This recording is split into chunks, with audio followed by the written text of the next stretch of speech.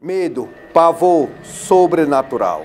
Essa é a série de contos de terror do canal História de Assombração.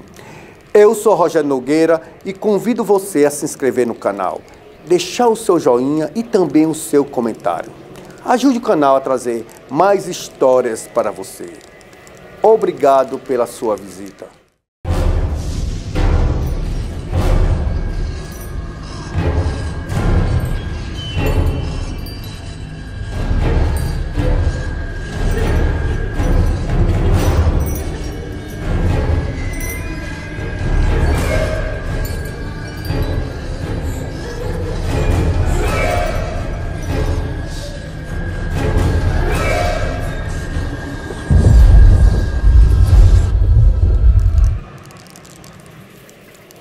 A Hilux preta é engraçado.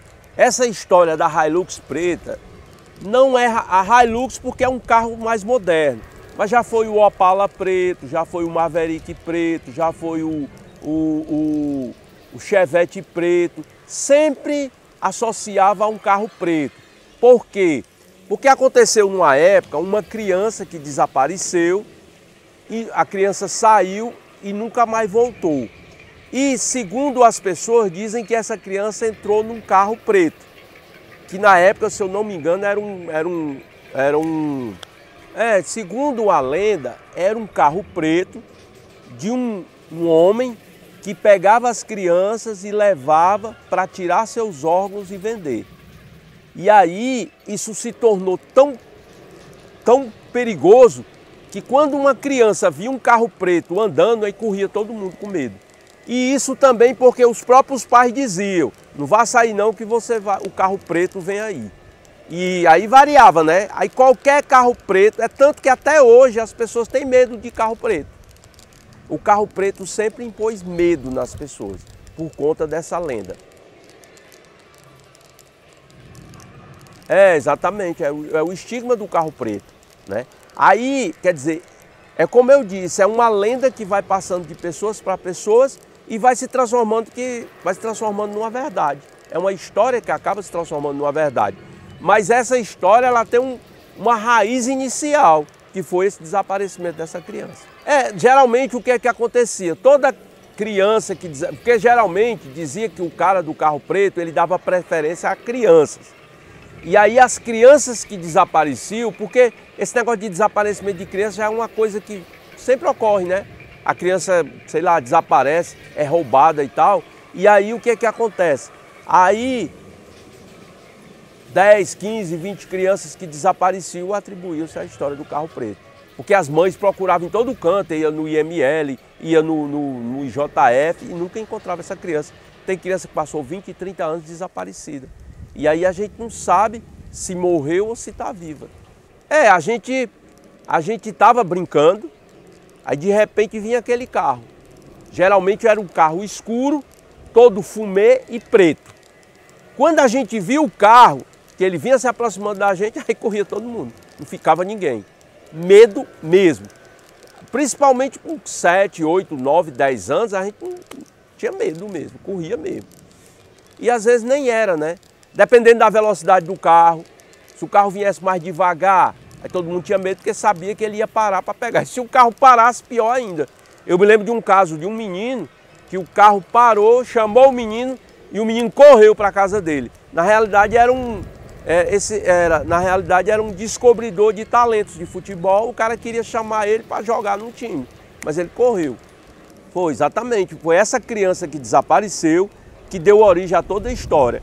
E até hoje se atribui o desaparecimento da criança, ainda hoje existe isso, a esse carro preto. Porque nessa história aí é a questão da memória visual. Alguém viu a criança entrar num carro preto. Às vezes, por exemplo, a pessoa não sabia nem qual era o carro.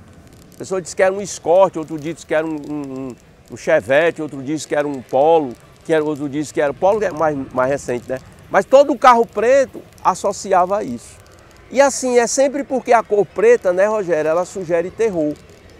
A cor preta, ela sugere terror. Não sei quem foi que criou isso.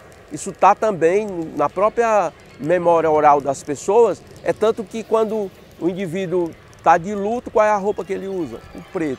os caixões eram pretos, né? Então a cor preta sempre ela é associada a terror. O Opala preto. Porque na realidade eu penso, não tenho bem certeza, eu não posso dizer que é uma tese verdadeira, mas eu penso que a cor preta era do carro, mas o carro variava com o carro, porque geralmente, não sei se você notou aí, eram carros que na época eram os carros mais importantes. Era o Opala, era a Hilux, né? Agora é a Hilux. Então, quer dizer, geralmente associada a uma pessoa rica que roubava as crianças para traficar órgãos. Exatamente, a história do carro preto ela está relacionada a isso. Aí vem a outra história, que é a história do Papa Figo, que também... A mercearia era aí onde é a casa do Duda, que era do João Caetano, do Mané Cariolanda. Aí a mamãe dizia assim, ó, então vai na bodega e vem logo, cuidado no... Como era? Cuidado na assombração. Papa Figo, que existia um Papa Figo também, não era ainda? Sim, o menino que eu te falei, do filho da Cecília, o nome do homem era Papa Figo, que pegou o Juraci e levou no braço, acho que era pra matar. O nome daquele pessoal era Papa Figo.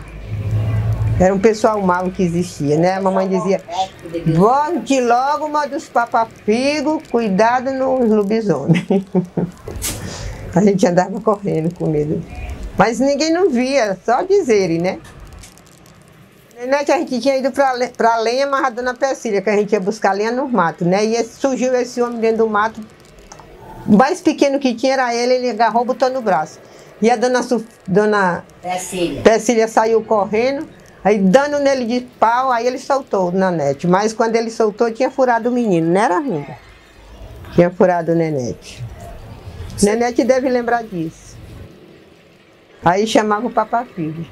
Está relacionado com a história do carro preto. Quem era o Papa Figo? Era um homem que roubava criança para roubar o fígado. Para matar e comer o fígado. Daí o nome vem Papa Figo. Né? Aí eu me lembro que a minha mãe dizia, olha, você sai no meio da rua, o Papa Figo vai te pegar. É que nem a história do velho do saco também. Né? Tudo isso é encadeado numa história só. E essas histórias, geralmente, são histórias que ficam na memória da criança. Quer dizer, se você perguntar a qualquer criança, qualquer adulto que era criança naquela época, ele não vai esquecer dessa história. São histórias que... por mais absurdas que sejam, são histórias atemorizantes. E a gente não pode dizer que é verdade ou que é mentira. Entendeu? A gente não pode dizer que a história é irreal. Eu creio que, por exemplo, essas histórias, elas vêm do desencadear da própria história dos países. Aí o que é que vai acontecendo? As histórias vão sendo adaptadas. Porque, por exemplo, na realidade, você, por exemplo, fábulas de Esopo, fábulas o Merlin, não sei o quê, essas fábulas, elas são adaptadas e para cada país ela vai dentro de uma realidade. Aí ela pega o mito, pega a história daquele país e vai transformando. Por exemplo, a mitologia grega tem as suas histórias, mas alguns elementos da mitologia grega chegam até a gente. Na realidade, as religiões ocidentais ela tem uma raiz na mitologia grega também, né?